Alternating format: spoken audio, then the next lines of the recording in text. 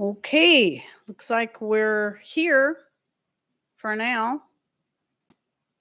Hopefully, as long as YouTube is nice to me today, considering they're not very nice to me most of the time. So, just gonna wait.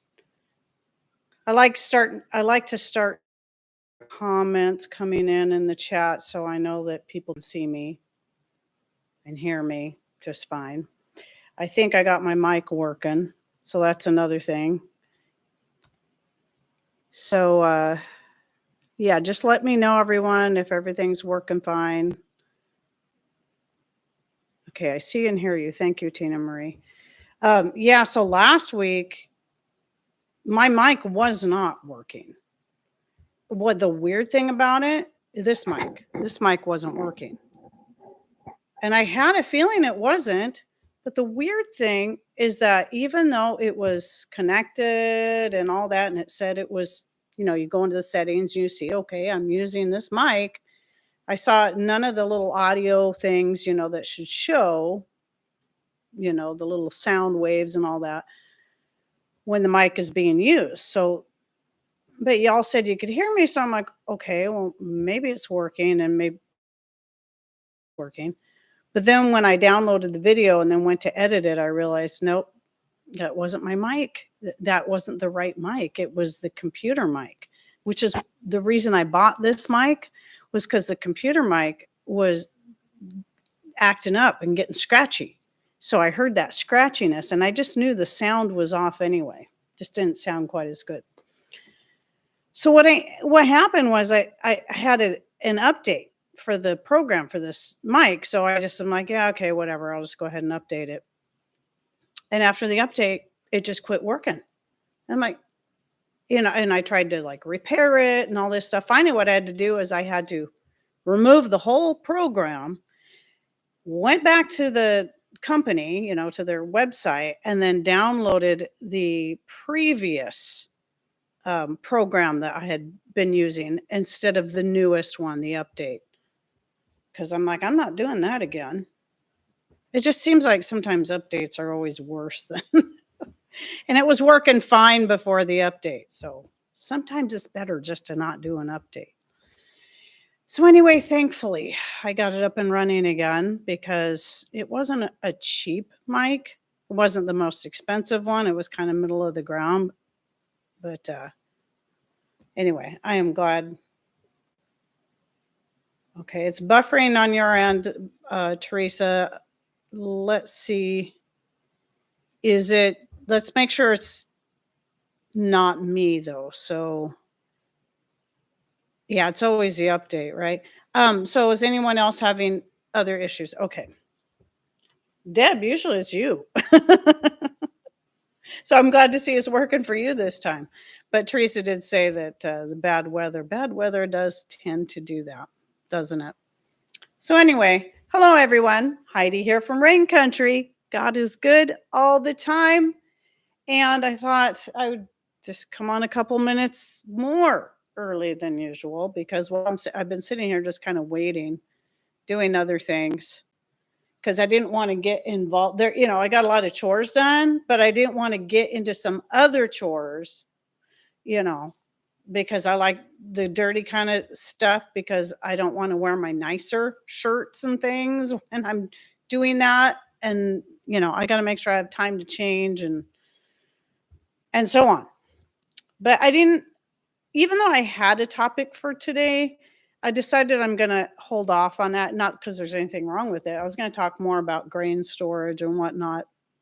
And I go over that just a tad in tomorrow's video. But it's one of those things I always have to do updates on. And I always get people asking me about it. And it's like, well, I don't really want to link them back to that old video because I do some things a little bit differently, or I didn't talk about the stuff in that video that maybe this person's asking about. So this is why, one of the reasons why I'll redo videos, even if I'm saying pretty much a lot of the same stuff. I just want to make sure I've got all the information and updates. But I think I'll wait on that. And I just decided to get in here and we'll just talk about whatever. I have a few little things written down. But you had a question about grain. Well, you can go ahead and ask a question, but what I'll probably still do is when I do that, I'm still going to do like a more detailed, thing. And maybe asking the question would be good because that will give me an idea of something. If I don't already have it written down to cover, I can write that down and make sure I cover it when I do that. But that's going to be 2 weeks from now because next Sunday, I'm not going to do a live show at all. We're having our family reunion, whatever, camp out down at our property. Well, we do a part of it here in this room. So Friday night we have a pizza game night here since we have the ping pong table, the pool table, the foosball table, the rock band over here, and then right here is our, dining table. And so we hang out in here. We'll have board games and all that as well. So, or just hang out and talk. And so it's kind of a fun thing, especially if it's raining, which it might be. At least, there's that. But people will be camping at the property and just come over and hang out here for a few hours. And then maybe we'll go back down over there and build a fire and sit around the fire. And then Saturday, we do a barbecue down to the property. And we'll do that earlier in the day and just have all day to play games. And, any kids that make it, we've got the zip line, we've got the swings that Patrick built a few years ago, 2 or 3 years ago, the volleyball, or not volleyball. Well, we have volleyball and badminton, but he also put in the tetherball. So he did videos on a lot of that stuff. Oh, the horseshoe pits, he put those in. Oh, darn. I got to get down there and make sure they're all weeded out because it's the only time of year they get used and they get filled up with grass and whatnot. So yeah, it's a chilly 97. Yeah, it's more like, what is it here? Let's see if it says on here. Not that I can always believe this thing. It's chilly here. It's 62 right now, which I believe. I do have doors open because it's also kind of muggy. So I'm trying to keep fresh air coming in, but it's kind of chilly. So it's been like this most of the summer. We'll get 2 or 3 really warm days, maybe even one hot one. And then it goes back to this. This is Forks weather, but for this time of year, it's really late for it to still be this chilly. And my chickens they're not molting yet, but they're kind of starting to act like maybe they think it's fall. And so are some of my other plants. And I'm like, and it seems like I'm a month behind on a lot of stuff. A month behind on being able to start harvesting the potatoes, the zucchini. Only picked my first zucchinis this morning. It's funny I say zucchinis because adding an S to that is redundant because zucchini is, I'm pretty sure it's an Italian word and it's already in a plural form if that's the case.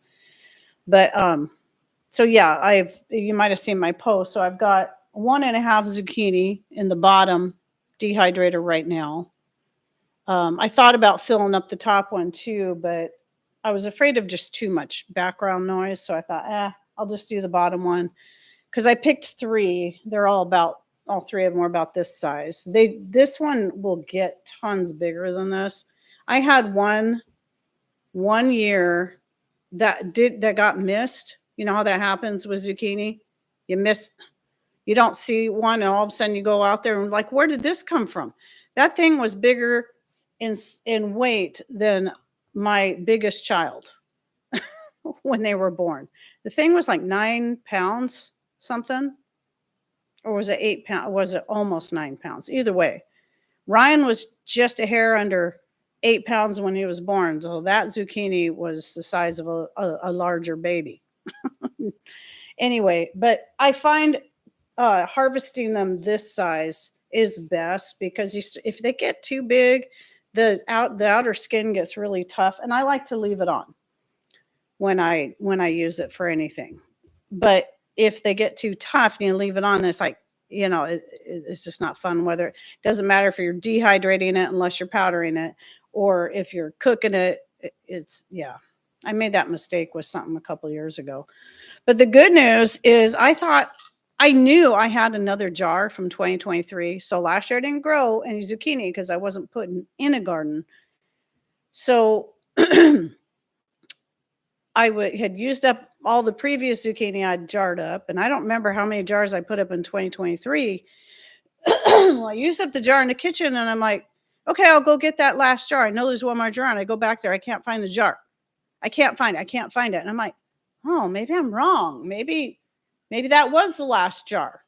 Guess what I found this morning? And it was right there in plain sight, right in front of my eyeballs. I'm like, how did I miss this before? It was right where I thought it should be. It was sitting right there towards the front of the shelf. So yeah, that's what it looks like once it's all dehydrated up. And I like leaving the skins on. It's less work that way. I feel like there's nutrients in that skin. And I just use it like this. This is my favorite. I've tried many ways of dehydrating, different shapes. This is what I use the most because I can throw it into anything. Or if I decide I want to, I can powder it up and use it in breads, pancakes, etc. And I've done that. I even have an old video where I was showing making hamburger buns. And in that case, I did add some of my Z powder to the hamburger buns as I was making them. So it gave them just a slight green tint. So, and by the way, hi, Aline. I don't remember if I've seen you in the live in a while. Maybe you've been in here and I'm just not paying enough attention to the chat. And I've been terrible at going back and looking through the chat. Do you dehydrate most of your zucchini? Yes, that's what I do with most of it. Whatever I'm not going to use up right away, because I will obviously be using some fresh, adding it to stir fries and just about anything, using it as a side dish, sometimes breading it, or not really breading it per se, but doing like a cornmeal type coating on it and then frying it up when I'm feeling really special about doing something special. So not for a while. Sorry. Don't be sorry. Don't be sorry. I mean, I understand we all have busy lives and trying to make, I very rarely go to anyone else's lives because it's always at a terrible time. And I don't like watching replays personally because I want to be able to interact. I will sometimes, depending on the topics, but I usually just don't have time for that. But I do appreciate it when people watch my replays. Is that a little bit hypocritical? I mean, I appreciate it. I don't ask people to do it. I do appreciate it as long as people want to. I don't expect them to if they don't want to. So, but yeah, I just decided to wait because I'm kind of taking, other than shooting my this and that for next Monday, because I shoot those typically on either Wednesday or Thursday. Typically right now it's Wednesday. I'm not going to be doing much YouTube stuff this week. I mean, I already have everything's all scheduled to publish. The whole week's filled up with videos ready to publish. I may post some photos or whatnot, but as far as video shooting and editing, I think that's all I'm going to do this week while I kind of prepare for the family event, and also all the food I'm putting up now that I've got the zucchini coming in. You guys, anyone who grows zucchini knows how it is. Once it starts coming in, it's like it doesn't want to stop. It doesn't want to give you a break. And you think, oh, I picked all the zucchini. These have a while to go before they're big enough. And then, you go out there the next day and they're 3 times the size. They're this big. And you're like, how'd that happen overnight? Obviously, I'm exaggerating. But then digging up the potatoes. Now, the nice thing about potatoes is you don't have to, in some places around here, you don't have to dig them up right away. You can leave them in the ground, but I don't recommend leaving them in the ground through, once it okay, what am I trying to say? I'm stuttering. It's best around here to dig them up before the heavy rains come in the fall. But it's nice that I don't have to dig them all up right now. So I've dug up quite a bit, but I have so much more to dig up. So if you saw that picture of that pot holding the yellow potatoes from the pumpkin patch, that's just 1/4 of what I've dug up so far. And I think I've only dug up maybe half my potatoes so far, because I have 2 patches I haven't even touched yet. And there's still more in the other 2 patches that I haven't got to yet. Because it's like, okay, this thing is full. So what I've been doing, as some of you might know already, I didn't post this in the community section on YouTube because I know I'll get a bunch of candy Nazis that are going to have a complete and utter meltdown. So I'm like, I'll just talk about it in my video. Not that people won't still have a meltdown, but posts tend to draw more rude people than the videos do. So yes, I'm doing the dry canning.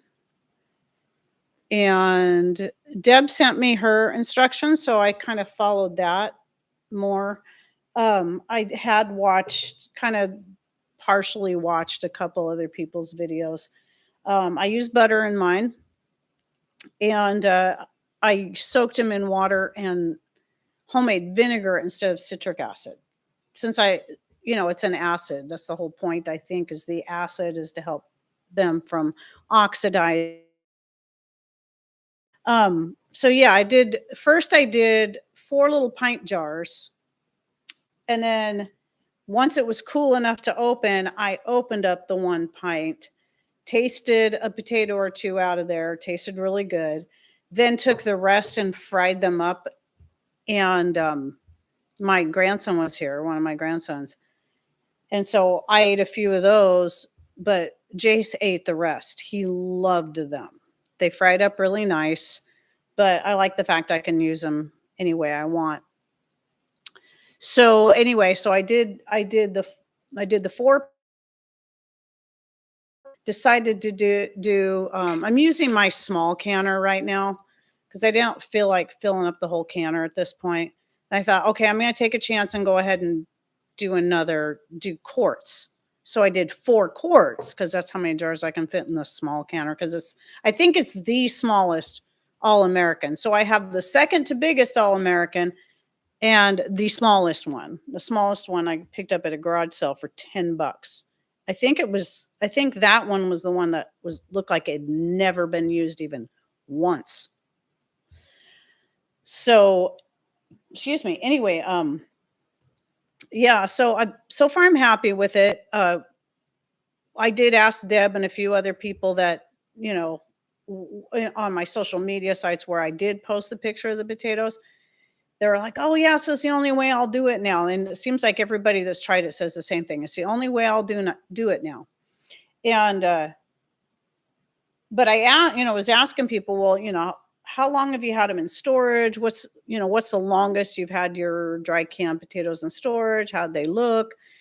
And so far it sounds like, they hold their color fine. They, because you know how it is sometimes when things like, let's say you can something and there's not always, but sometimes maybe you have your lid. What does it happen? Is it when the lid's too tight or you have the jar? Oh, when you don't get all the air bubbles out. And then you'll have some water loss in your jar. So you'll have some stuff, because I do have a jar of potatoes back there that I canned back in 2018. I only have 2 jars left. I'm almost finally gonna get those used up. Well, there's about that much where the water level is below the potatoes. Well, they're 7 years old. And even then, those potatoes on top, they're just a little bit gray. Just a little bit. They're not black. They don't look disgusting. They're just a little bit. I'm not even sure if gray is the right word. They've just darkened a little bit even after 7 years. So I don't see these doing that personally, just in, comparing a 7-year-old jar of potatoes that weren't pre-soaked in vinegar water, or water with some kind of acid added to it. So mine stay for 2 years so far, but I have to do more. We're almost out. So that's the thing too, is I suspect I'll be working through these a lot faster because they're better. So I mean, with the other ones, it's just taken me so long, partly because I do forget, but also because I've tried frying them. I've tried so many things with them, and it's just, they're just not great. I made potato salad out of them, and that's okay.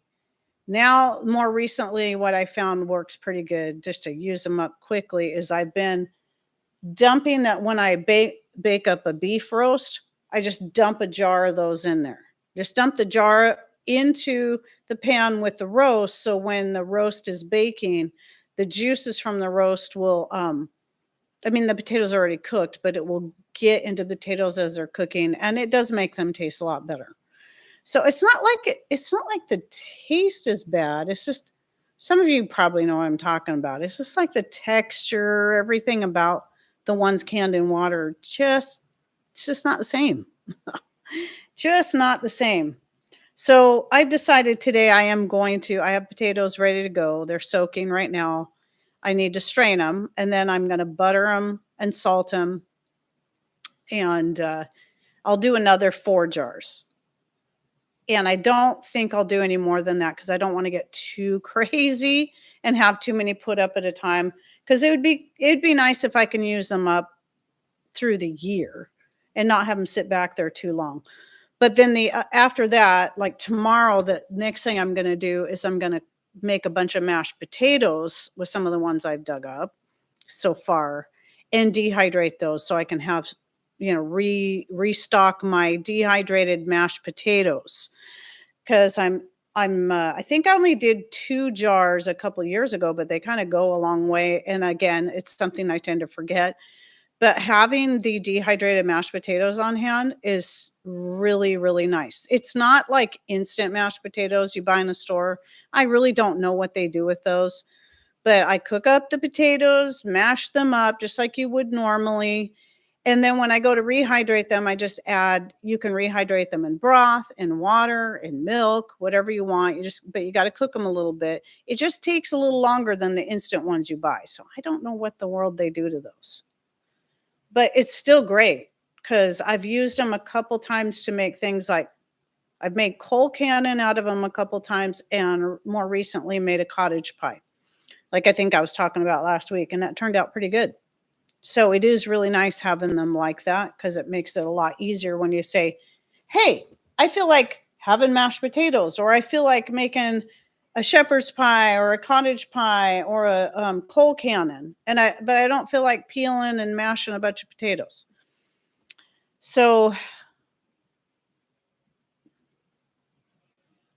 I was reading this. Grandma would save 2 spoons of leftovers. 2 spoonfuls of rice would go into the pancakes at the end of the week. She wasted nothing.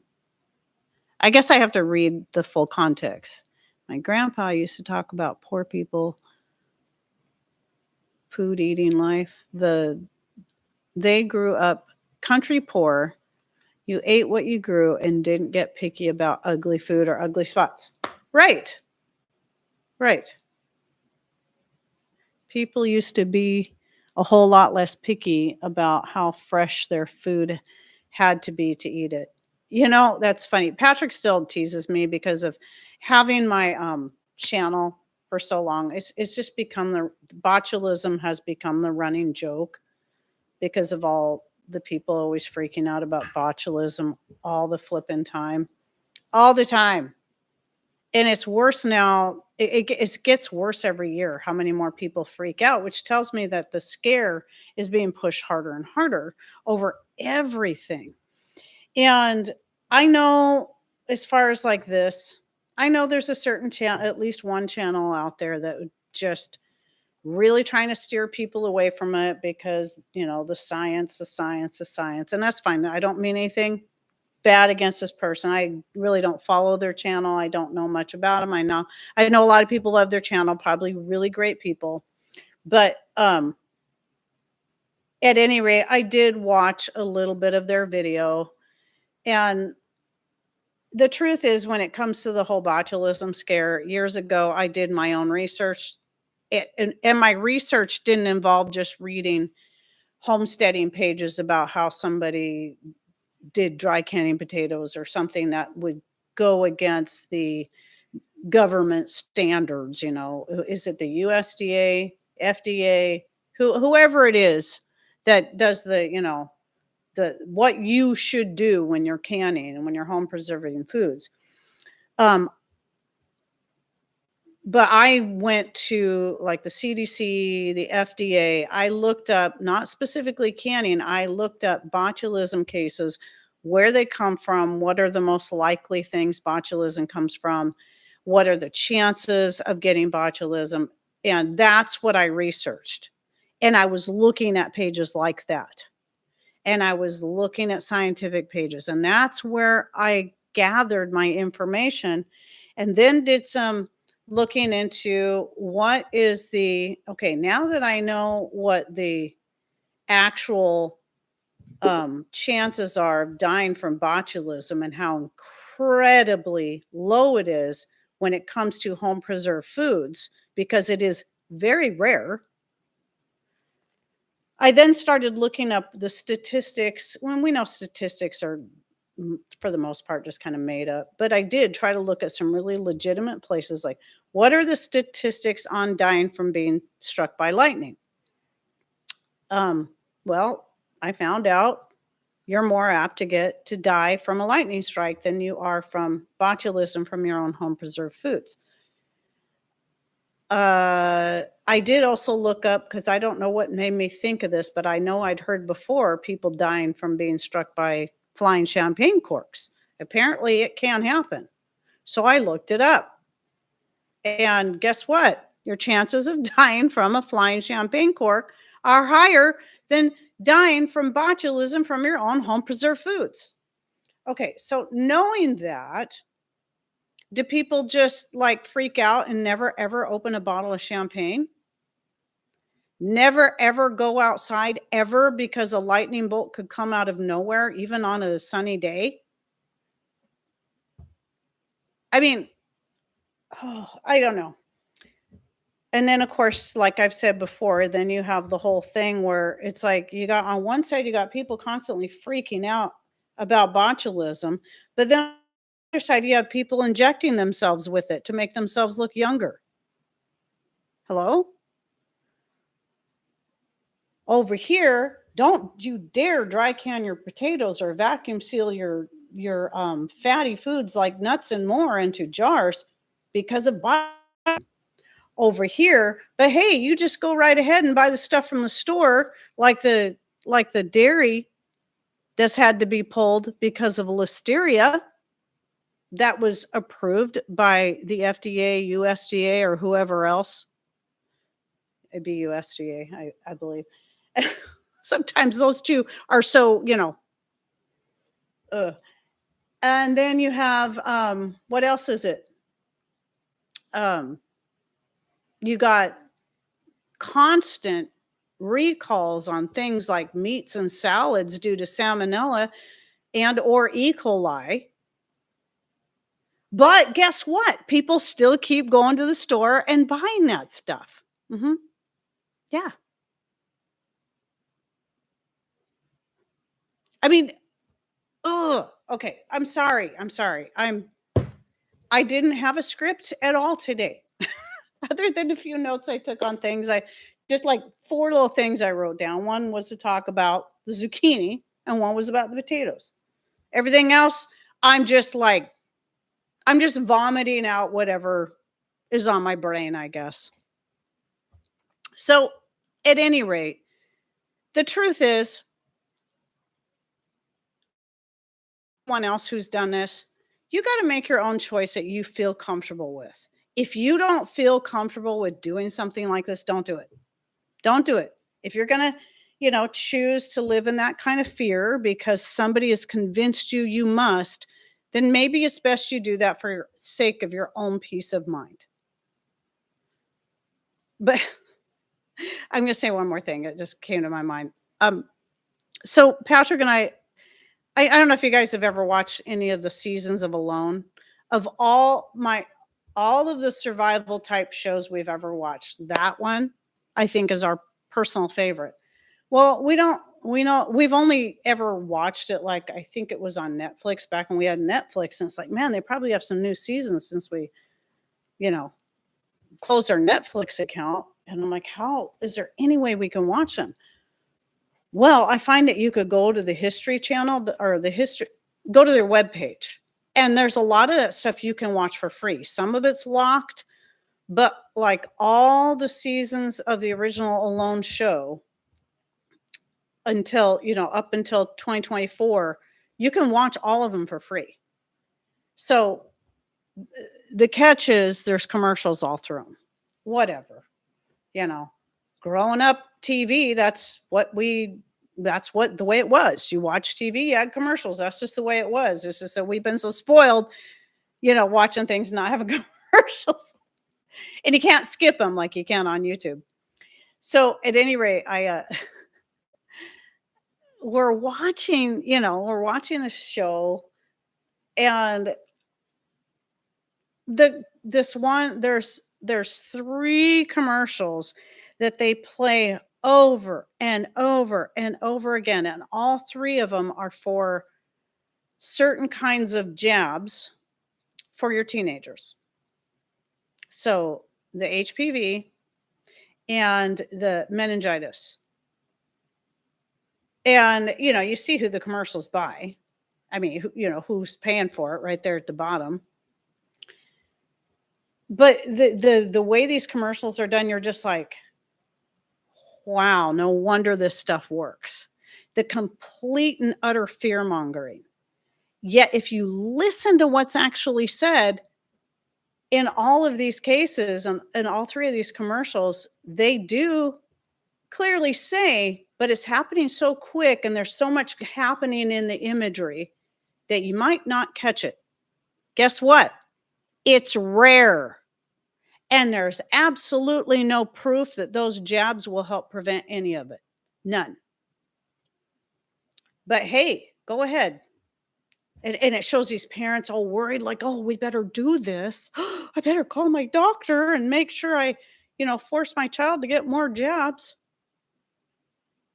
It made me so mad. So, you got that going on, but hey, don't you dare do this, you naughty, naughty person. So will I do a video on this? Probably not. There's a lot of I know, we'll see. But there's a lot of channels that have their own videos on this. You can also find blog pages that talk about how they do it. I think I just won't, because I know how angry some people get. And I don't know why, because they have that choice, but they want to scream and yell at you like, you shouldn't be teaching people stuff like that. I say, everybody has a right to educate themselves and look into it for themselves. I'm doing it because I know how high the heat is in there. And I know that big old scare that everybody's freaking out about isn't going to survive in there. As long as that jar stays sealed. And guess what? By the way, I used my Superb jars and my Superb lids.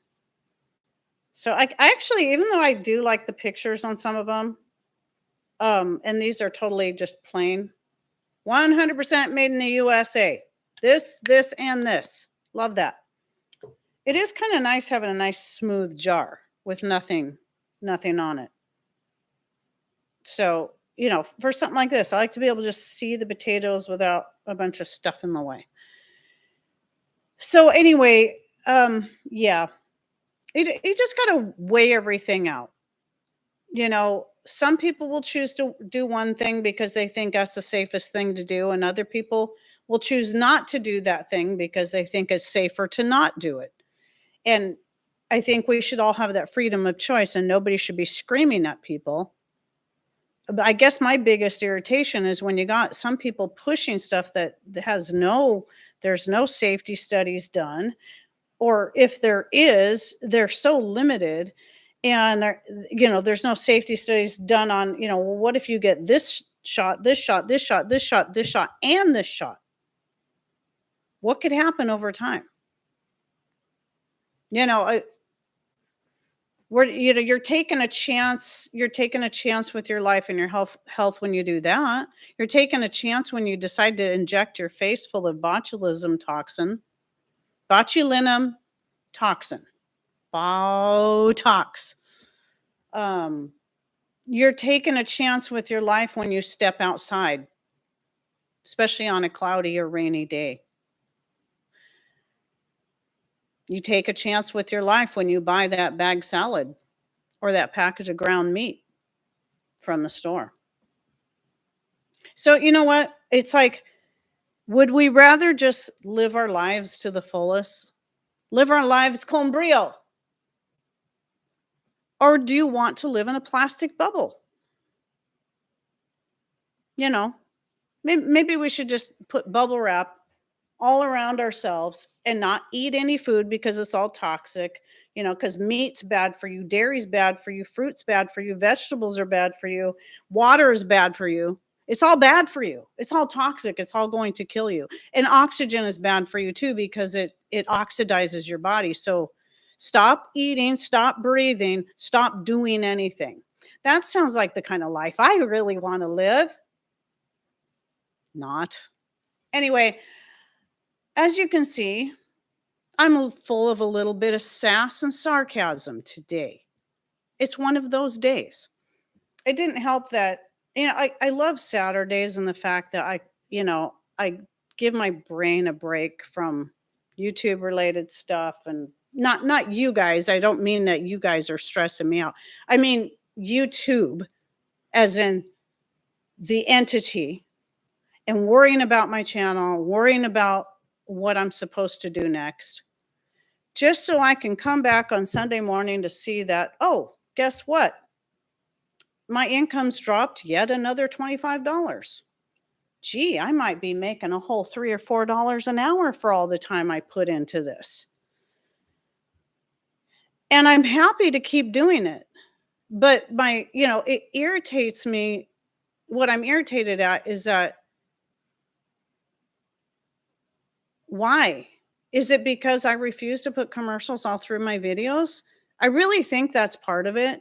I don't know for certain, but here's what I think. I think the people, because I see people now that are getting way more views than I'm getting, even though I have way more subscribers than them. But those people put commercials through their videos. So I kind of think what's happening is YouTube is pushing out the content of the people who have commercials that all the way through their videos while subduing and hiding those, or burying them down to the bottom, the videos that aren't caving. It didn't used to be that way. So I think that's part of it. They've changed all the algorithms, but I think what they've done with those algorithms is one of the things they probably wrote into that program is, just push the videos that people, not just the ones that people clearly like, but the ones that have commercials all the way through them, because that means if you get more people watching those videos, then they're going to make more money off those videos than they would off my videos. So, it still has me wondering. It's like, as I see the revenue continue to drop almost every day, it goes up by a few dollars and then it will suddenly drop. It'll go up. Oh, wow, I went up $3 today. And then the next day, $10 down or $25 down. And it's so disheartening because I work so hard. And, and so it's like I tell people who want to accuse me of making it all about money. It's like, well, when you've been working a job and you're getting paid X amount of money and you're working still just as hard, in fact, trying to do even more, and you're getting a 75% cut in pay. Hang on.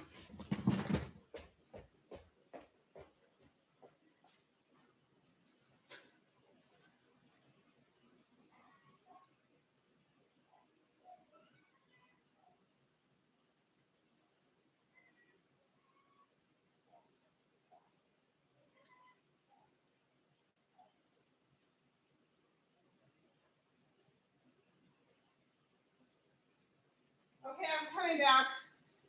Sorry if I freaked anyone out. I was a little freaked out. So the chickens were just like going berserk. I started realizing, wait, because I've got this thing going behind me. I got a fan going over here, and I started realizing, what is all that noise and dogs barking? So something was out there terrorizing them, but I think it's gone now because I think they're fine. So sorry. Sorry, I just kind of took off. Anyway, so that I guess my point in saying all that working so hard. You know, I remember when it was like, okay, why is my income dropping by a quarter? Now, why is it dropped by 50%? Now, why is it dropped by 75%? I think it's probably dropped by about 80%. So you just got to kind of put yourself in my shoes and think, you know, you're still working the same job. You're working hard. You enjoy your job. You love doing what you do. But instead of getting a raise for all your hard work, you're taking a massive cut in pay. But you know what? Despite that, it's funny because I was just telling Patrick yesterday that I'm finding myself not freaking out about it as much, even though I'm still watching my revenue drop. It's still irritating though when I see that again. And so today when I saw that, because I didn't look at it yesterday, I don't do that on Saturdays. I was like, okay, just let it go. Just breathe, just forget it. But then it brings back me to that question that, am I still doing what I'm supposed to be doing? You know, am I still, I just want to be doing the right thing. And, you know, it is nice to earn an income for all the work you put into something, because this is a full-time job. It has been for the past 9 years.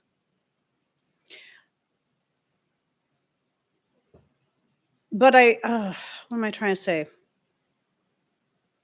I love sharing the information. I love talking to you guys. I love being a part of the live shows. Have just been, it's been it's been a blessing to me, because I feel like I can just kind of really, you know, I'm not just here teaching. I'm just sharing with you guys. You're live. I get to interact with you, and I get to kind of pour my heart out, and it takes it's really de-stressing for me. And so it helps me quite a bit. And I appreciate y'all being here. But there's still that question. I still have that question just constantly burning. It's like, am I doing the right thing? Am I, do I continue to keep pushing ahead? That's what I want to do. But at the same time, it's like, should I be just looking at trying to find another way to bring in income? Because this has been a big part of our income over the last almost 9 years. And so it's like, I don't know. And so I just want to do the right thing. I want to be in the right place. I want to be where God wants me to be, first and foremost. And if this is where he wants me, even if I'm making $0, then I'll stay. But I can't promise I'll be able to do it full time, because I'll still have to find other ways to, bring in some income. So it's just kind of when this happened, this is kind of similar. Here's what it reminds me of. It reminds me of when I was still teaching dance, those last couple of years when I was teaching dance. And I still loved what I did, but dance is when you're teaching a class and each person is paying X amount of dollars per month, you're only going to make as much money as the people that are willing to pay you for that service. So there was a time business was booming. I was doing so good. I had so many students. One year, I had a total of 95 students in this small town, and then another small town, like 20 of them was in even smaller town that I drive to once a week. The other 75 were here. And no, I didn't have them all in the same class at once. Or no, I had quite a few classes all through the week. I do 2 to 3 classes a day, 5 days a week. So when that started to change, it just became one of those things where people just weren't as interested anymore. Parents weren't teaching their kids to have any kind of stick-to-itiveness, and so that didn't help. And it was just the interest. I was still here teaching the same classes, still working as hard, but my class sizes were getting smaller and smaller. And I just didn't have really any control over that.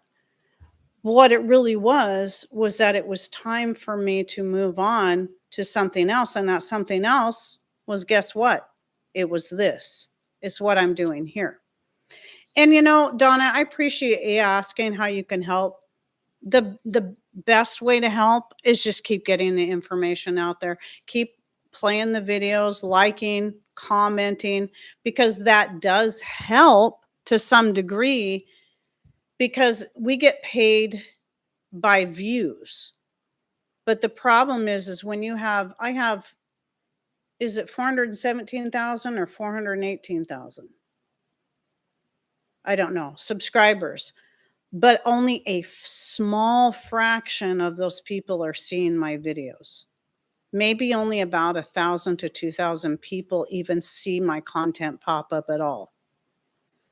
So it's like I just started my channel all over again, except for I'm going in reverse. And even though your views and all that do help and is very much appreciated, and again, we get paid by view from YouTube. And then all the interaction helps because it kind of helps catch it in the algorithms. The problem is it seems like that anymore is not enough to make up for what YouTube's doing and the changes they've made. So I'm not going to, other than that, I don't know what to tell you, because I'm not going to ask for money. I just don't do that. When I encourage people to go to my Patreon, it's only because I have free posts over there, because I don't lock anything behind a paywall ever. I want my content to always be free to all people. And so I don't even have, everything over there is free. I haven't put anything over there in a while, though, I have to admit. But everything that's there is free. I have written recipes and whatnot. And I didn't bring this up to talk about any of that. I brought this up just because I think that's kind of what contributed to my mood this morning, was just seeing that drop again. And even though I'm in my spirit, I'm becoming more accepting of it and more at peace, that I'm like, okay, I got to just assume that there's going to come a point where I'm not getting paid anything from YouTube. Or maybe they'll just because they're either going to completely hide my channel, they're going to delete my channel. I don't know. I have no idea. I just don't know what's going to happen. Or maybe I'm only going to make $5 or $10 a month. And what's going to happen is I'm just going to have to, I want to keep doing what I'm doing, but I'm going to have to, if I want to stay, I'm just going to have to drop down, not try to get 5 videos out a week, maybe do a live show, maybe do 1 video, separate video a week or whatever. And I know a lot of people are encouraging me to put the commercials. I don't know. I'm really having a hard time with that. My sister's been encouraging me, maybe you should just try it and see what happens. And I'm like, I really don't want to do that. I just know how frustrating it is when you're, especially since you can't fully trust YouTube to put a commercial in a good spot. So the commercial pops up right when you're in the middle of a sentence. So then when you come back in, it's like, I hate that, because I saw people complaining that even when they had specific commercial breaks set, and that can take that's extra work too, trying to figure out, okay, I want my commercial to happen right here in this spot. Okay. Okay, so you got to do this extra work. You got to find this spot, because I was looking at it to see, how does that even work. Then you got to trust that YouTube's actually going to do that, and not then throw in 50 more commercials that you didn't ask for. I just don't trust them. I just don't. And so I just really don't want to do it. I appreciate the people that say they're patient enough that, but I don't want to do that. I don't want to chart, and I don't want to charge. I don't want to have memberships. I don't want any of that.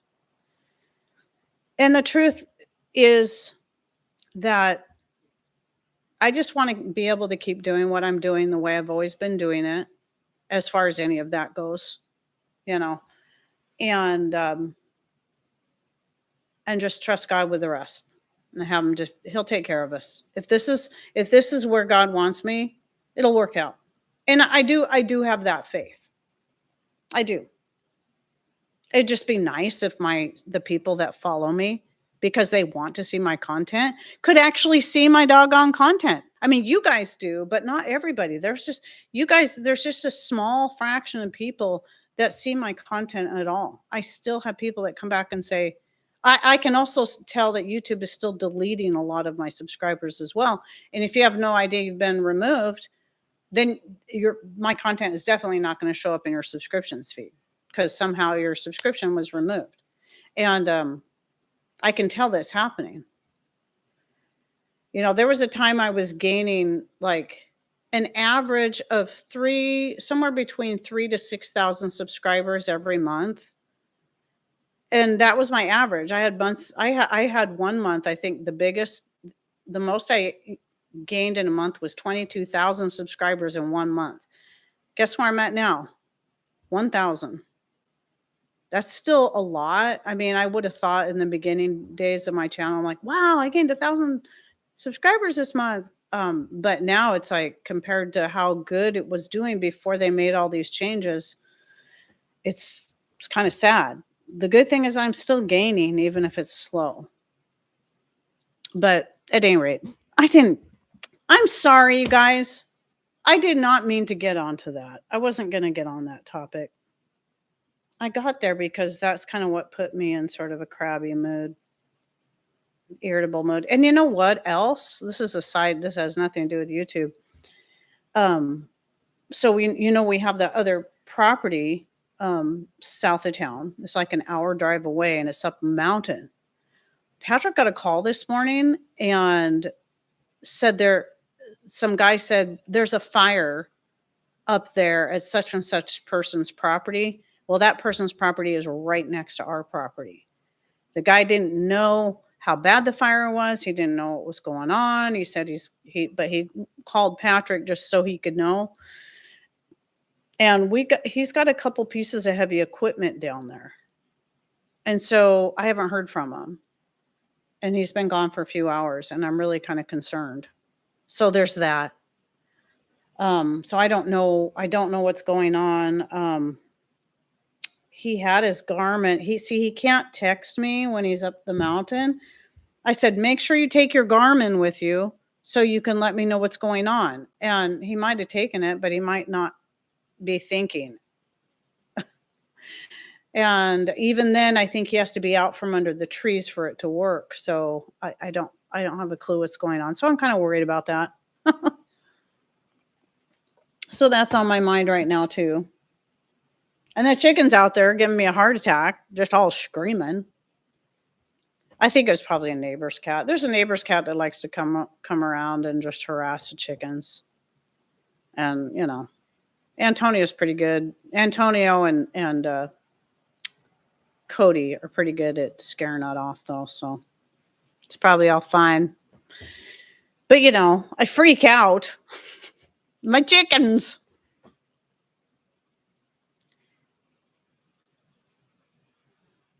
Deborah, I probably won't get back into sewing again for income. I might consider the soap.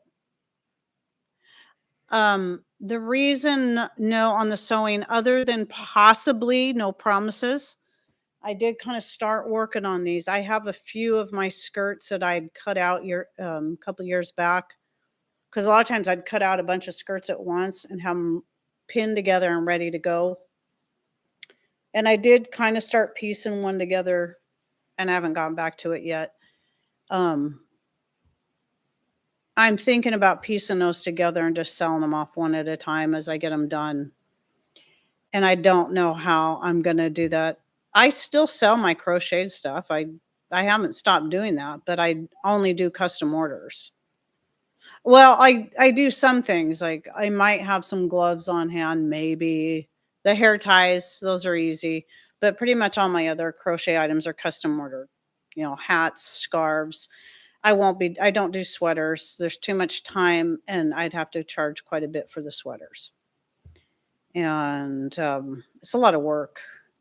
I don't mind making them, but, not the bigger things just because of the cost, but smaller things like hats, gloves, scarves. I've done, some baby blankets. I'll do that kind of stuff.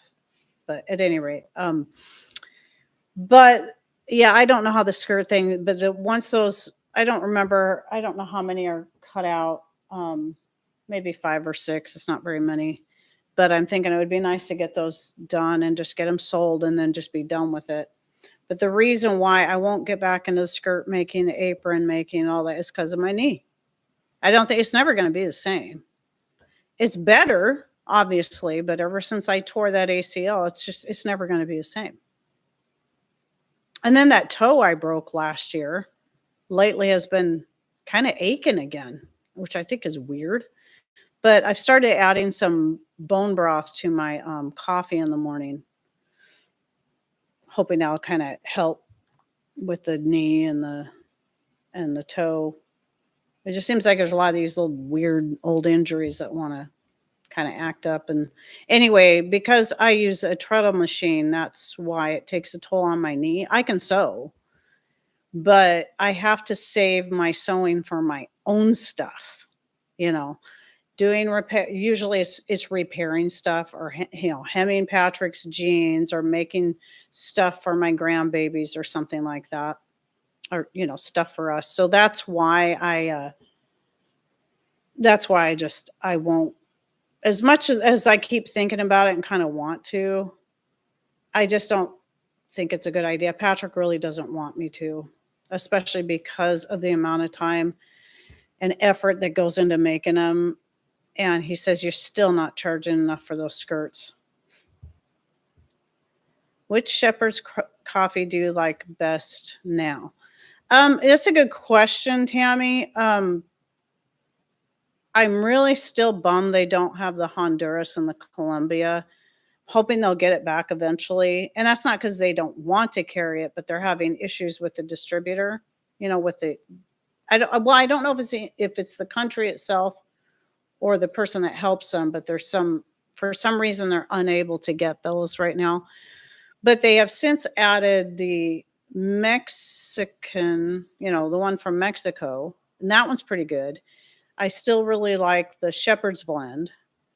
So out of the ones currently available, I'd say what's the one I've got? I always forget what it is. Is it my Ethiopian? I really like the Ethiopian. So Ethiopian, Mexican, and Shepherd's Blend. Or I think they changed the name, so it's just called the Shepherd. Those are my 3 favorites. The Ethiopian has a different kind of flavor that I like it because it sort of switches it up. I want to say it's almost like a smoky kind of flavor. I don't know if that's right, but I like switching them up. It makes me appreciate each one better if I keep changing it. And then I've got, I did get some of the Uganda to try it, and it's good. I wouldn't say it was my favorite, but it's good. I mean, they're all good. I haven't tried one that I disliked. It's just there's some I like more. Yeah.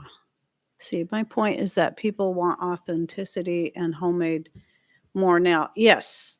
Yes, I understand that, Deborah, but it's about time and money and saving my knee. Okay, so as far as the sewing stuff, no. Even the skirts I'm working on, I'm just going to pick out them a little at a time. Might take me, even though it used to be I could get a skirt done in a couple of days, it might take me a year or months to finish a skirt because I'm just picking at it because I have to save my knee. I have to be careful with it. And I'm not going to put that kind of stress on it. And, especially to just make a few dollars an hour. I can't do that to myself because I need my knee to be functional so I can keep doing my gardening, so I can keep doing the sewing I need to do for me and my family and anything else for that matter. It's just like my throat. I keep wondering if part of the issues with my throat, my vocal cords, everything's been getting worse as far as that goes. I have days that are better, but I keep wondering if that's another sign that maybe I just need to back off from the teaching related stuff because of the toll it's taking on me there. Because I've been teaching in some form since I was 16. I started teaching dance at 16 in our basement to young kids. Then again at like 18 or 19, I did it again in our basement for a little while. Then I, went to college. And then after I moved here, I started teaching here and then taught for just here alone in this little town. Was it 28 years teaching dance? And then in there also started teaching martial arts. And I did that for another year after I quit. I retired from the dance and then I retired from the martial arts as well. But then went right to teaching, and so more talk.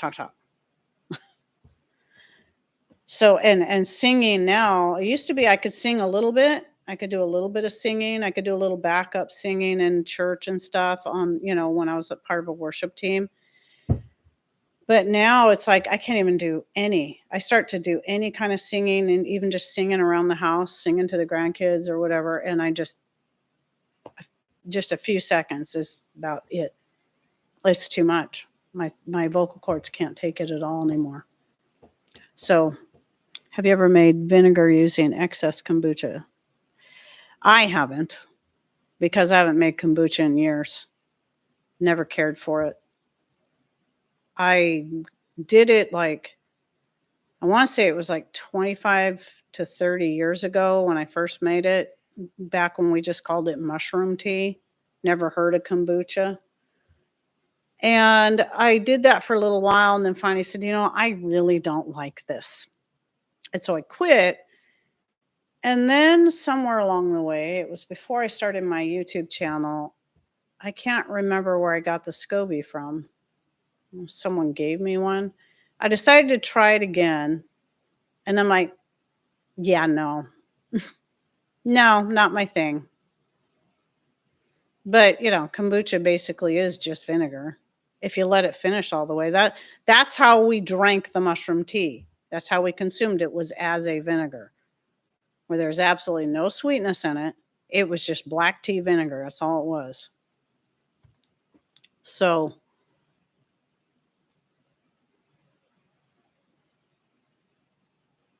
sorry, I'm reading this again. Oh, thanks, Deb, for posting that about the skirts. And let me come back to Deborah. I want to say, before, I do appreciate that. I appreciate you sharing that. Okay. I hope I didn't sound like I'm, didn't appreciate that. And I appreciate all the encouragement people are giving me. I'm just right now just at a state where I just don't know where things are going. And who knows? Maybe, once summer's over, because, August is always a slow month for YouTube anyway, always has been. And who knows? Maybe in September, when people are pretty much done with their harvest and kids are all back in school or whatever, that's usually when I start getting more views again. I just don't see it ever going back to where it was. But maybe things will change. Who knows? Maybe God's just testing me right now. I really don't know. I don't know. So I'm trying to just have faith and just keep pushing on, because I love you, Heidi. So I hope you get to see this later. Please take all the things you're struggling with to prayer. We do. God will guide you and direct your path when it's time. I appreciate that. And we do. We've been praying about. I have to say one thing I really appreciate about my husband, especially in the past few years, he's changed so much in as far as his spiritual walk. You know, to the point that he's doing things now that he would have never thought to do before. And it's just like, let's pray about that. And he sits down and he takes the lead on that and he prays. And I appreciate that so much. I need it. I really need that. And in fact, we found out, and it just seems like we're kind of getting hit right and left by a lot of things, you know. And I found out about another family member. So I've been telling you, I've got some family members that are going through some very difficult things that has been very, very, very hard on me. And it's put so much stress. It's like I keep going, man, my hair is so thin and it's so short compared to how it used to be because I've lost so much hair due to all the stress. But then I found out about a completely different family member who also was recently going through some really tough things that just broke my heart. I just found out Friday, but it did involve them losing a child, unborn child. Just one of those things, you know. And I know they really wanted a baby. And so they had to make some difficult choices. I mean, in response to, you know, ever being able to have kids again. And it just is, it's a really tough thing. But I will say this, is that this family member, when he married his wife, I say his current wife, he's never been married before, but she was married before. She had 4 kids. And he adopted the 3 youngest ones because the oldest one was, her dad was still in her life. So he legally adopted the 3 youngest ones. So even though the 2 of them together will never be able to have a child together, despite all their efforts. One of the things he said, he goes, you know what? I have kids and I have grandkids now too. And I'm like, you know, that's great. But it still was hard on me because I didn't know any of this was going on because they've been very quiet about it. And so I just found out, and it really was, I know it was hard on me just because I know how hard it is on them. And on top of that, you know, could have been another little cute baby in the family. It just didn't work out. So, but they got, you know, the kids, they're all adults now. And a couple of them have their own babies. So, yeah. So that's good. But I guess my point is I'm just kind of like, I'm just sort of trauma dumping on all of you.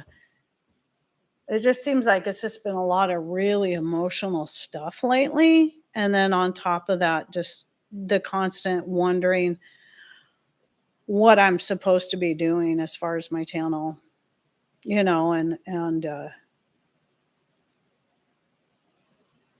I know God's in control, and I know he's got a plan, and I know he's going to take care of us. But, you know, it's when you're in that state of, where are we going? Just walking through this wilderness. I have no idea where we're going.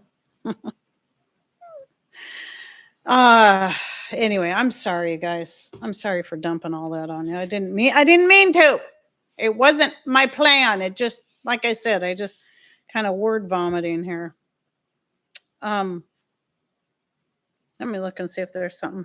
So, okay, I did say no show next week. I'll just remind you, I'm not going to be here next Sunday because I'll still be hanging out with my family. I'm really excited about seeing my siblings, at least the ones that are able to make it. and it should be fun. It'll be necessary for all of us because yeah, I think it's like everybody in my family's been going through some pretty difficult stuff.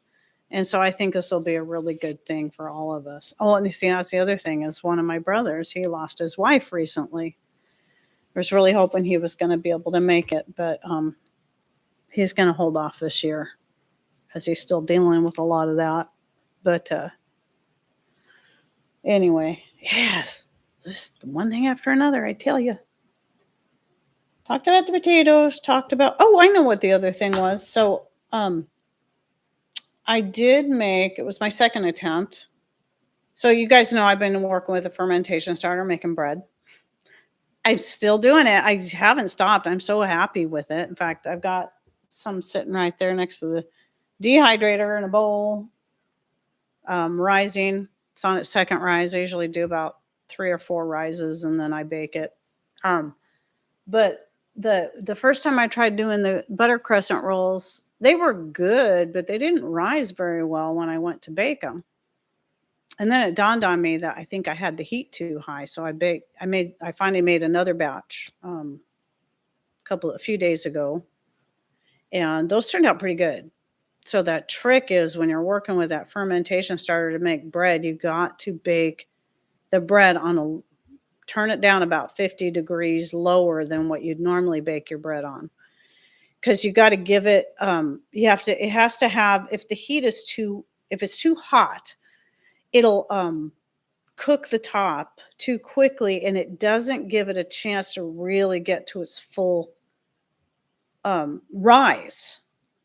So I bake it for about 20 minutes on a lower heat and then turn it up and allow it to brown for about 5 to 10 minutes. And that makes a big difference in the bread loaves, the rolls, whatever it is I'm making.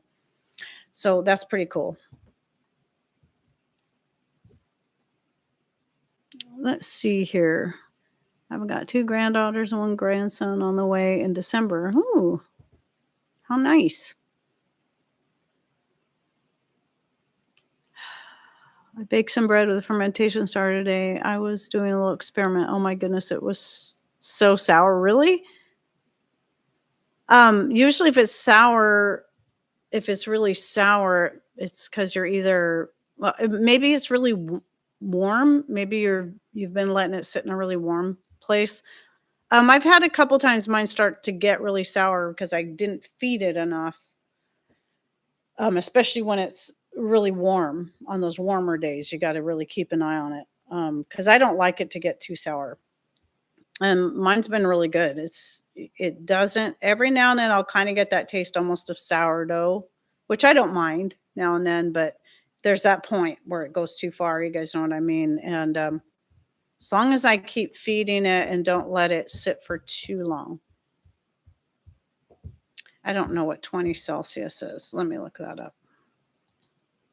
Okay, C to F. This is how you do it. You just type in C to F. It'll immediately pull up so 68 degrees. That's not in Fahrenheit. That's not that warm. It's, it's comfortable. I mean, what'd I say it was here? 62 degrees. It's chilly here. 64 now. Ooh, it's gone up 2 degrees. Woohoo! But yeah, if you ever need to do a conversion, or, you can do F to C or C to F, either way. And then it'll pull it right up to the top and you just type in whichever one you want. So if I did 64 degrees Fahrenheit, that's about 18 degrees Celsius is what it is here. It's nice that it's that simple. One time I decided it's because I always forget, how do you spell Celsius or Fahrenheit? It's like, I'm just going to try typing in C to F or F to C. It works. You don't have to type the whole word and it's so fast.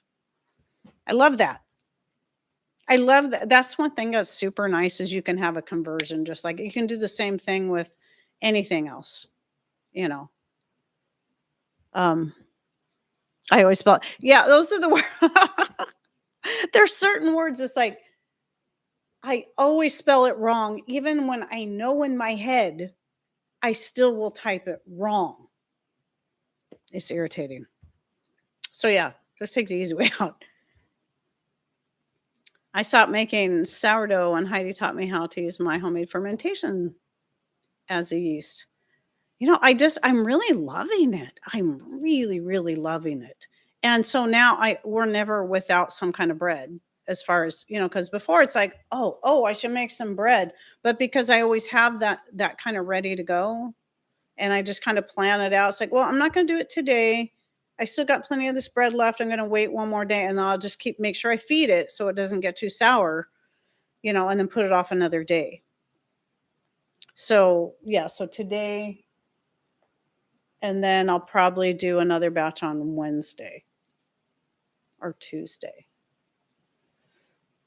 Maybe Wednesday. I don't have really any grandbabies this week. Well, I don't know. I might have Jackson and Rowan on Tuesday, but I'm not going to have Jace all this week.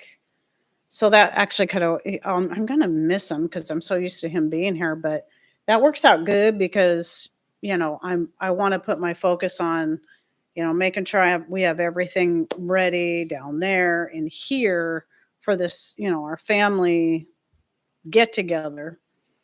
And, but I got, the zucchini and the potatoes is still put up. So like I said, tomorrow I'm going to make the mashed potatoes and get them dehydrated up because I want another full quart jar of those to have on hand. And I can't tell you how much is in a quart. Maybe I do in the video I did on dehydrating mashed potatoes. Maybe I say in that. I can't remember. It's just like this. I can't remember if I know all the zucchini I usually will do them up when they're about this size. And I know there's at least 4 of these in 1 quart jar when I dehydrate them up. I mean, look at that. 4 of these when you do that. I know it's at least 4, but sometimes I get my number wrong because I think I get 8 in my head.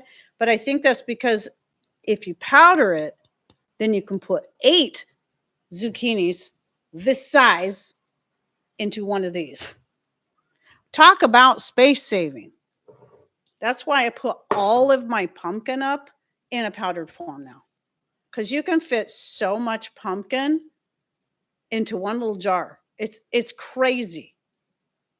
And you only need a little bit when you go to make, like if you want a cup or 2 cups of pumpkin. I don't remember exactly what it is. You don't need that much. I always have to go back and watch my videos. Like, how much do I use again? I always forget.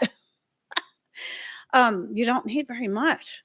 And the rest is water. And then now you got 2 cups of pumpkin to make your pumpkin pie, or a cup of pumpkin for making your pumpkin cookies, or your pumpkin dip, or whatever it is you're making. Or even typically I just drink my coffee black, as in I don't add any kind of sugar or honey or anything like that, or cream. A lot of times I might add some spice to it, or things that I add just to be healthy, like adding in the bone broth to help with my joints, something that's not really going to change the taste. Or spices if I'm in the mood for spices. But every once in a while, especially in the fall, I might make a pumpkin spice coffee by simply adding some cream or half and half, my pumpkin powder and some spices, and then maybe some maple syrup. That's pretty good. It's a nice treat every now and then.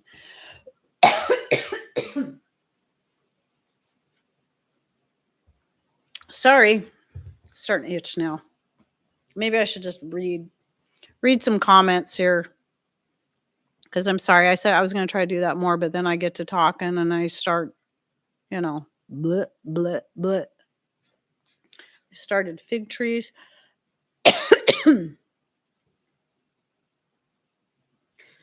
Sorry. I get that, Saffron babe. It's like, yeah, all of a sudden things just kind of go crazy. That's the way, like the lady's thumb. I did end up, I have to say, I think last week I was talking about the lady's thumb and the borage. Well, after I said all that about just, I'm not going to worry so much about my corn, I changed my mind like the very next day and went out there and cleared out in one section some of the borage and obviously while I was at it, pulled up the lady's thumb so I could at least get a little bit of corn, if nothing else, to have the seed and the silk. Because I remembered, wait, I wanted to save the silk from it too, because I want to make like a corn silk tincture. I got to learn more about it, what it's good for, but at least save it because, it's got a lot of good benefits too.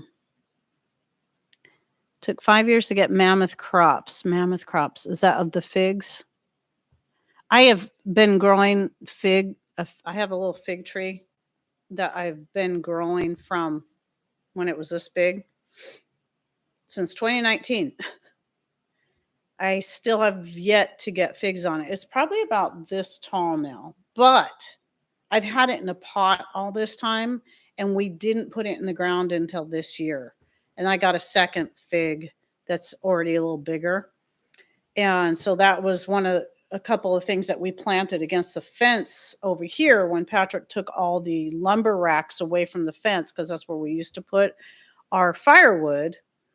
So that's the fence that runs along the side and into the backyard. And when he pulled those out, he went ahead and tilled up just a strip about that wide next to the fence. And then we put in a couple of blueberries that I bought. I had picked a blueberry off there. I'm not kidding you. It was that big. It's crazy. And they're just little. They're probably only a couple years old blueberries, but I had a big old mass of blueberries on there. I'm like, man, these are nice. But we did that. We bought a new fig plus the fig that was here, and we planted those there. Planted that boysenberry he bought me for Mother's Day. You guys were here. Some of you were here anyway when he came in and gave that to me. And it's doing good. It was a little tiny thing, but it's probably about this tall now, and it's got quite a few leaves. It's doing okay. And then we'll expand our raspberry patch out farther. But yeah, so I'm hoping now that they're in the ground, maybe they'll finally start getting some fruit to them, because man, it's taken forever. And Deb, thanks again for for being on top of it and putting those links. I really appreciate that. There are varieties that are best. Yeah, right. And the one I picked out in 2019 is supposed to be one that does good here. But I'm questioning that now. The other one I have, I think is it the brown turkey? Anyway, I got it from the local nursery. And the local nursery usually, when they get stuff like that in, they're going to get that's the one here in town. They're going to pick out the things that they know do best in this area, not, something that would do better in Florida or Texas or Mississippi. So let's see. They don't like the rain. Well, Kathy, if you're talking about figs, it's all dependent on the variety again. Some varieties do better in a cooler, wet climate, and there are some that will. I know a lady that's got figs. I just don't know what variety she has, but this was several years ago. I seen she had figs on hers. So, but it's just like anything else. It's all going to depend on the variety. There are beans that do amazingly well here. And then there are beans that won't grow at all. You can't even get them to sprout here. And then if they do, they're just, and then they die. Same thing with squash. I can do pretty good with spaghetti squash and pie pumpkins. Zucchini does great. But I've tried to grow squash in places where it does, like, I tried getting the Cherokee tan pumpkin from Deep South Homestead. I bought some of their seeds and just couldn't get anything, but that didn't surprise me because they're in it, even though we're the same zone, opposite climates. So, but I would guess that my pumpkins that I grow or my zucchini probably wouldn't do well in their area. So it's, you can have similar, you know, plants, apples, peaches, pears, and certain varieties will do way better in cooler, wet climates than they will in the hot, dry climates. So Wenatchee is hot and dry over there. Even though it's in the same state, the kind of fruit that grows over there is different than the kind of fruit that grows here. Or the kind of, you know, they grow apples there, we grow apples here, but the apples are different. So it's all different. So I don't get any, I haven't had any figs at all. None. Not just talking slow to ripen, just nothing. But our plum tree that we moved out here years ago finally has plums all over it. I'm so excited. So, and we saw, oh yeah, I can see some just right from here are starting to turn color. They're just little plums. They're like, they only get like this big. They're kind of a reddish purple, mostly red. So it won't be too long. I'll have plums. I'll probably be canning a bunch up. Last time I had we got the starts for these trees from our neighbor back here, and he'd get that. His plum tree would just get loaded.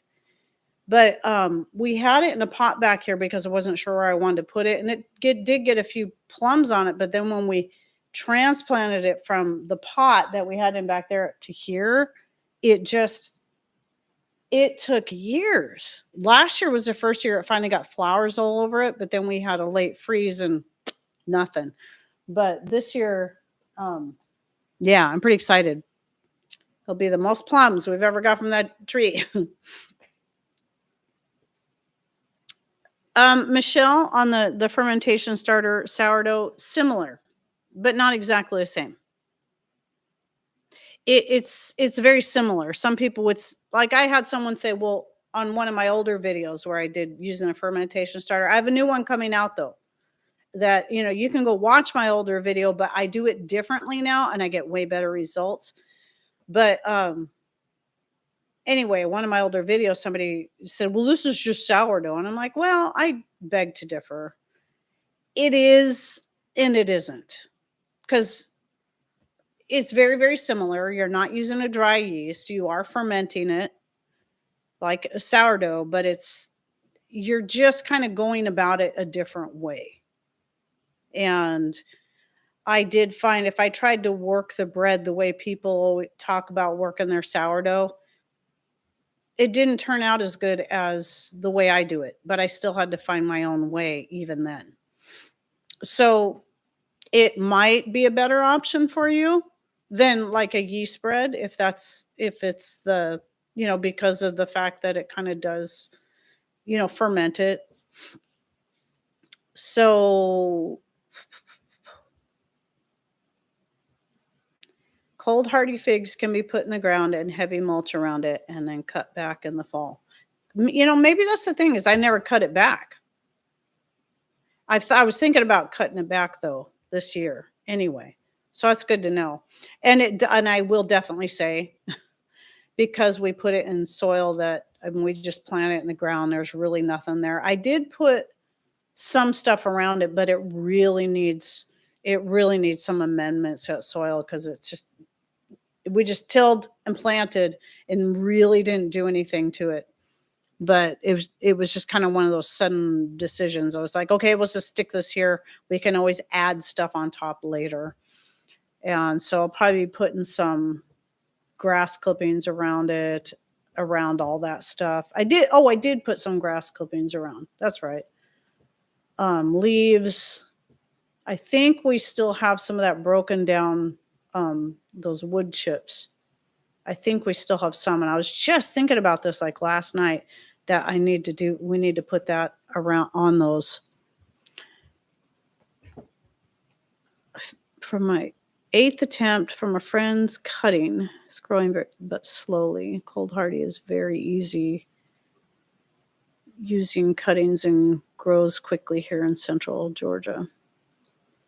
I have to scoot, she said. Michelle says, see ya, Michelle. Thanks for coming in.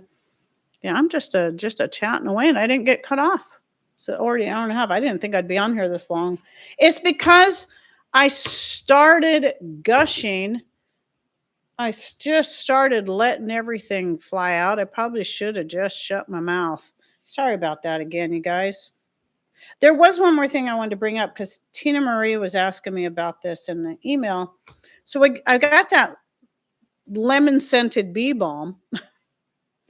And I was talking about how I don't smell lemon. Well, Tina Marie had emailed me. She goes, I'm,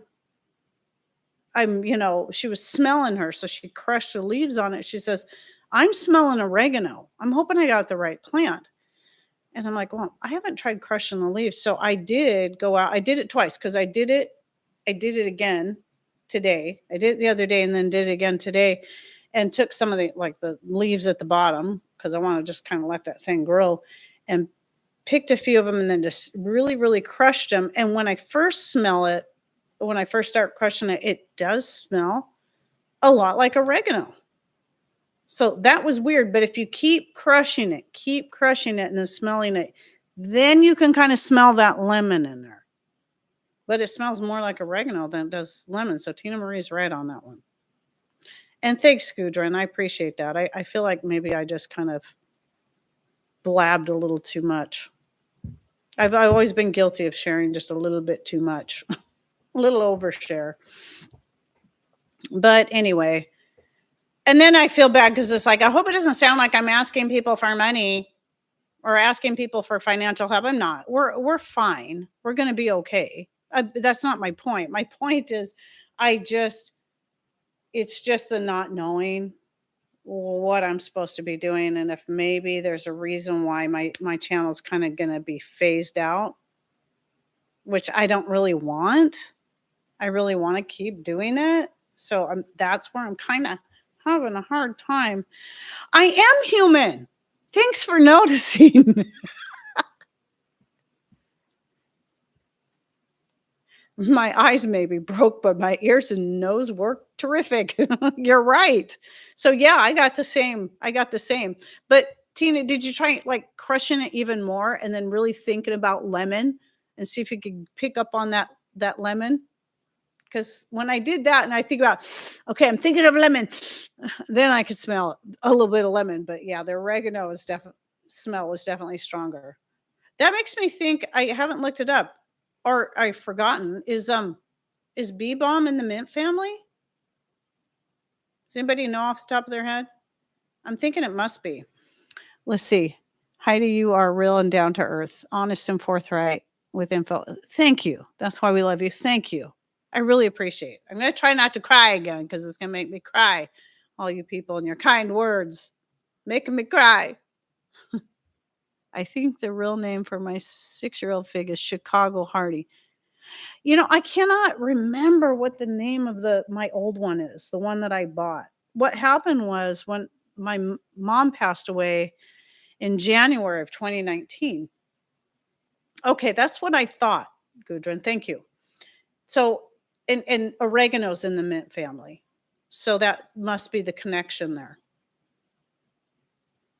So anyway, so Lisa Booker, who she hardly ever gets a comment or be a part of the chat, but she's still around and she may see this. I don't know, but she's one of my very, very first followers along with Gudrun and a couple others. And she sent me a gift certificate to a plant place. What was it? Was it Baker Creek?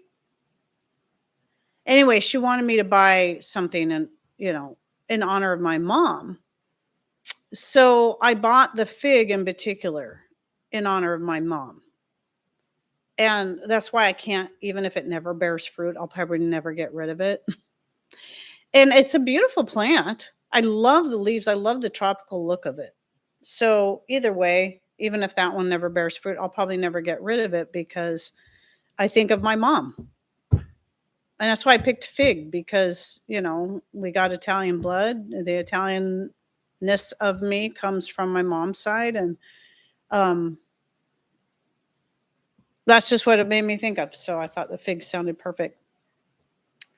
Be right back. Back to the phone. Let's see, what was that? Oh, what did I miss? What did I miss? Let's see.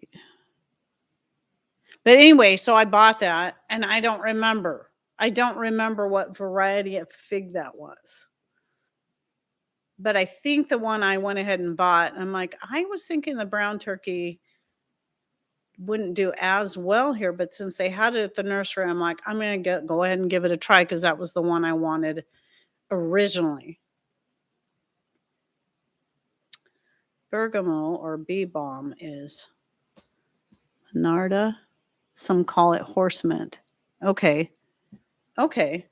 I just haven't, I know I looked into it years ago, but it's in here somewhere, what I looked up, but it'd take me hours of digging and I may never find it in my brain. It's there somewhere. I'm sure it must be. They say that, the information never really leaves your brain. It's just the ability to access it goes away. You lose the ability to access it. Makes a great tea, Rebecca says. So I'm assuming you're still talking about the bee balm, because I'm trying to decide what I want to do. I'm surprised at how fast it's growing, but I guess I shouldn't be surprised since it's a mint. Because it was this big when I got it from Azure Standard, and now it's like, it's going crazy out there. And right now I just have it in a pot. So yeah, so it's just another one of those things that I'm going to have to really best before it flowers. Okay, that's good to know. Normally what I do when I get a new herb, I just leave it alone. I don't really do anything with it in the first year. I just let it be. And then the next year when it comes back, that's when I start using it for stuff. I like to give it time to get established. Right now I only have it in pot though. Not really sure where I want to put it, because I would like to put it in the ground. I don't want to leave it in a pot. I just got to figure out what I'm doing out there. But I am thinking next year about making some changes to the way I do my front yard garden. I may not do potatoes out there anymore because I'm finding, interestingly enough, I've got certain places in the back that do best. And one of them is in the pumpkin patch, which is crazy to me because that's going to, obviously the greenhouse is going to be the warmest. Well, it's a covered area, but it's not enclosed. It still has a completely open, front wall. So even though it's warmer in there than all the other garden areas, it's not as warm as a greenhouse. But because it's warmer, I'm like, I'm not sure if the potatoes would really like it in here. They love it in there. I get the best. And yellow potatoes don't typically get very big, but in there, I pulled some out that were that big. And it happens every year like that. And then the other place that they do really, really well is on the east side of of the big garden section in the middle of the backyard, just right next to my beans. They love it there. I haven't even started digging those up. Well, I take that back. I dug a few up one day because they were the easiest ones to get to at the time. But they're all ready to dig up now. But there's that whole section of potatoes there. And then I have another section where my snow peas are. And I still have more plants in the front and more in the back. But at any rate, I'm thinking about maybe just not putting so many potatoes in the front. Well, the red potatoes seem to do best out front, where the yellow ones do better in those other areas I was talking about. So maybe I'll do it that way. Just do reds in the front and then yellows in those other sections instead of mixing them together. Because, well, in the front section is the only section where I mix them together. I have red, yellow, red, yellow, red, yellow, which is kind of fun because it's like, oh, what am I going to dig up under this plant? Ah, it's red this time. I was going to do purples again just for fun because it is kind of fun having the purple, red, and yellow when you're pulling. But I don't like the purples as much. It just looks cool. when you got a picture, when I got a picture like of all the three colors, the yellow, red, and purple. But yeah, I just noticed there's places that the reds do better than the yellows, and we like yellows the best, but um, then places that the yellows do best. So it's just like the reds, the yellows. We're gonna get this figured out. There's always something new to learn in there when it comes to gardening or anything. It's like somebody was lecturing me today. Well, not lecturing me, but complaining and being a jerk because they watched the video I did on catnip versus cat mint. Because when I first started my channel, I was growing what I was certain was catnip. It was a plant that was given to me, and I was told it was catnip. So, but then I'd heard of that there was cat mint. And so right about the time I started my channel, I'd already been using the cat mint because I know it's what it is now.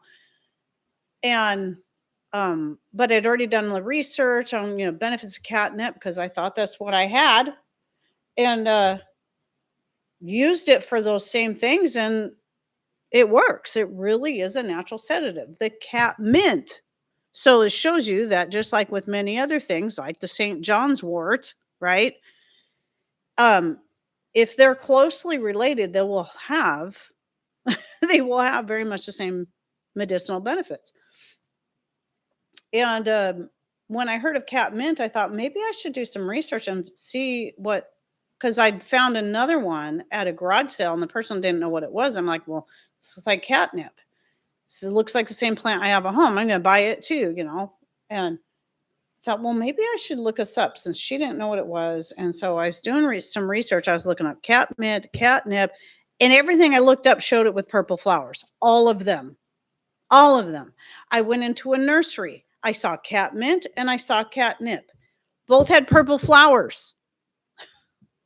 So excuse me for being wrong, but you're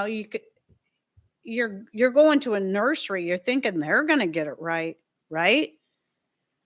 Finally, then I had people come in and say, well, what you have is cat mint, not catnip. Catnip has white flowers. So I did the research again and come to find out by then I was able to find more information and more pictures. Well, when I was first researching, I looked and looked and looked and I couldn't find. I was like typing in difference between cat mint and catnip. Could not find it. Everything was showing me purple flowers. And so, okay, it must all be catnip then, I guess. So when I finally realized there really is a difference in the way the plant looks and the way it grows and the color of the flowers, and there are other types of cat mints, of the nepeta, right? Like there's like a bright pink one.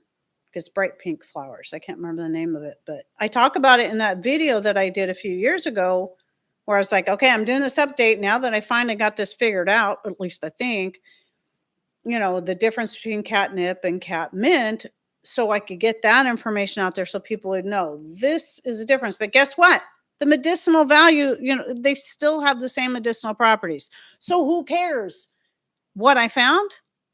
Because I did finally buy some catnip herb from Azure Standard. And I'm like, I don't like it. I don't like the flavor. I'm glad I have cat mint and it works. It works exactly the same way. So anyway, this person came in today and it's like, you mean you did a video because I explained in the cat mint versus catnip, and I was explaining how I did that video on the benefits of it. And I thought it was catnip that I had and it wasn't. And I explained it all, but they must not listen to everything. Instead, they're just like, I can't trust you because you, and it's like, oh, gee, excuse me for being human. And then also being honest about being human and having some things wrong. Hello?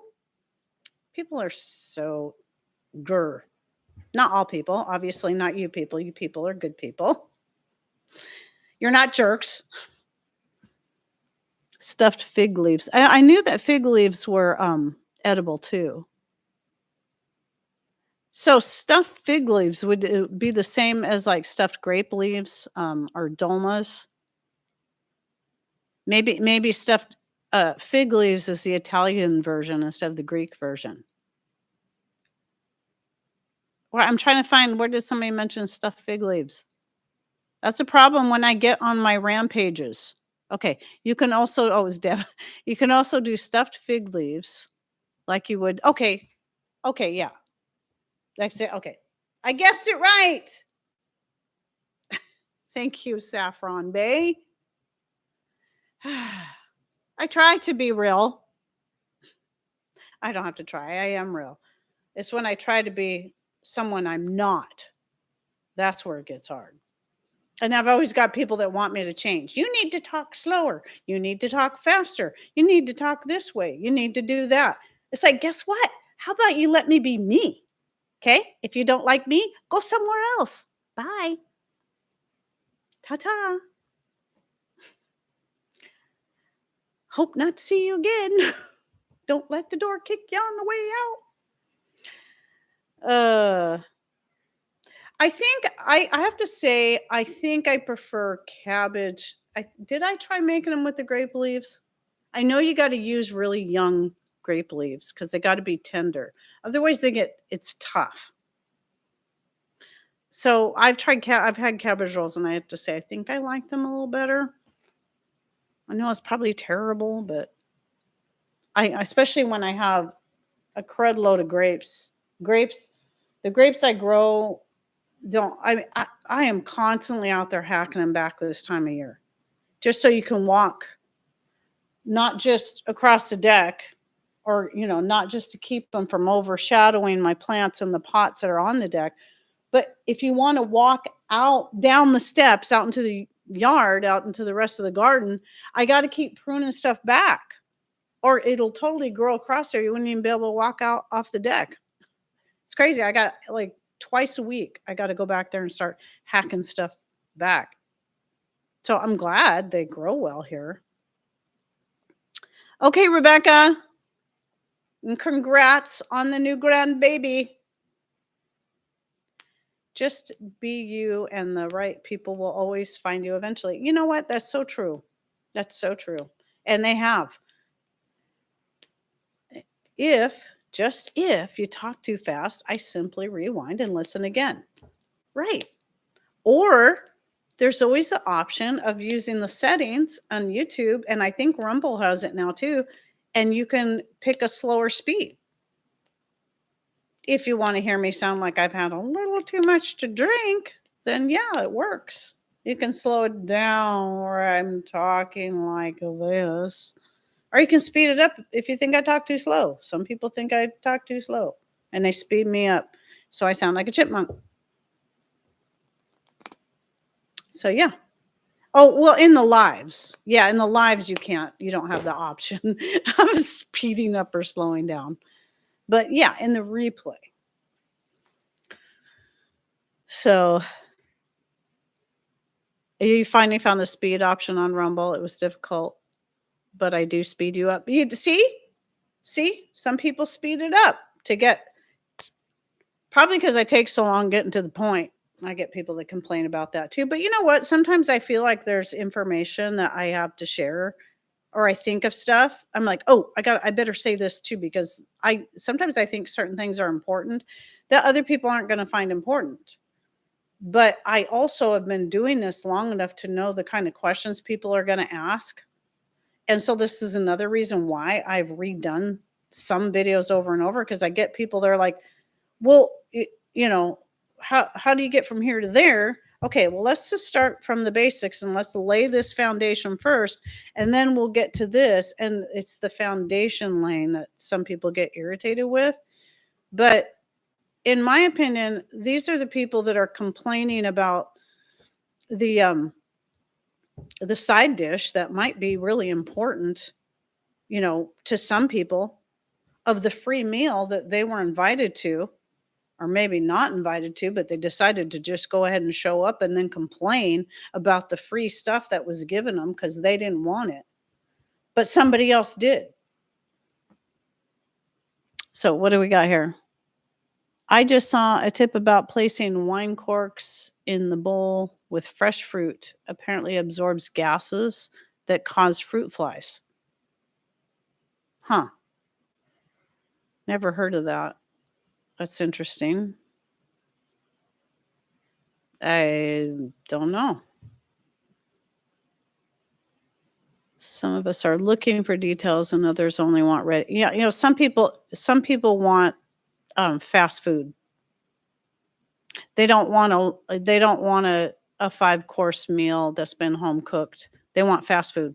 Give me my fast food. It's like, why are you here then? uh but the fruit fly thing, I really like my electric fly swatter thing. It's fun. It just makes it all worth it. Snap, snap, snap, snap, snap. Snappity snap, snap. It's fun. Uh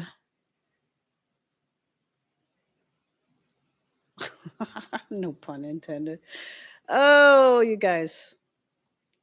I always told my son, you want things on microwave time. And there you go.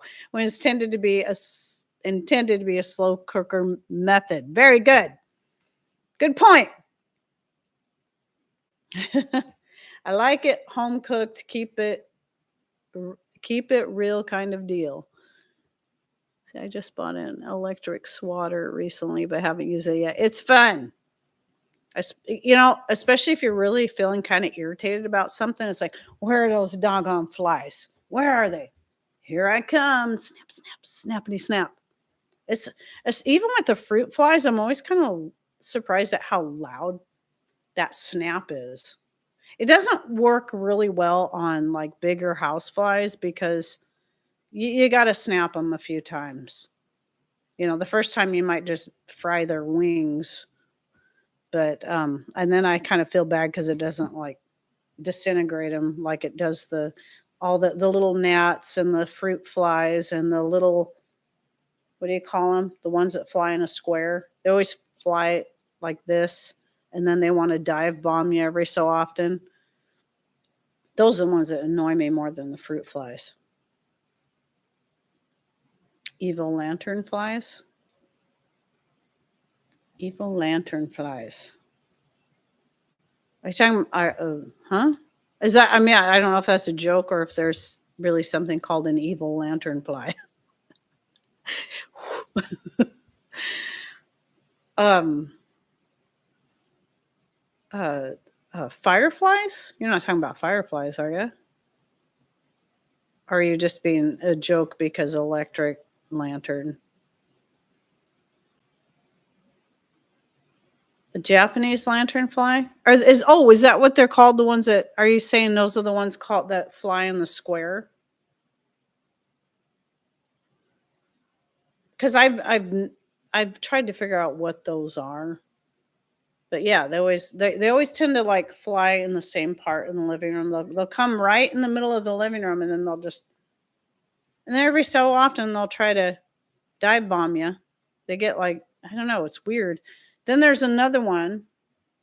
It's smaller than those. It's about the size of a fruit fly, but I don't think it's not a fruit fly.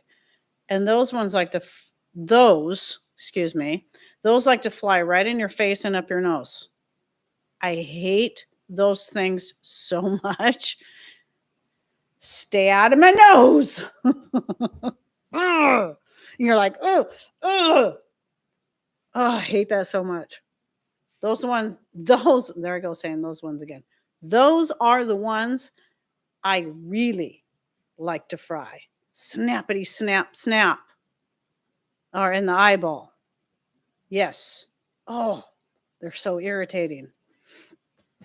They actually haven't been that bad here this year, but I think it's because it's been so doggone cold. It's rather chilly in here right now, but I do have the doors open. Yeah, I have the doors open. Like I said, I just try to, because it's kind of muggy and I'm trying to keep airflow going. And also because I have the dehydrator going and I'm worried that, like, this is so weird. This room, this big room, it's the biggest room in the house. Yet when it gets hot, it's like all the heat from everywhere goes into this room. So it ends up being the hottest room. And then that's where my dehydrator is. And so that's the other reason I like to keep this room aired out well. So if it suddenly decides to get hot, at least I've got it, I'm keeping it pretty cool in here, and then I can just shut everything.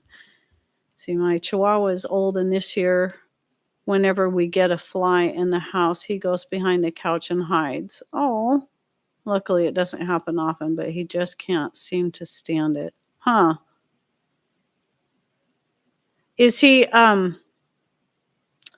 his eyesight? Maybe it's the sound?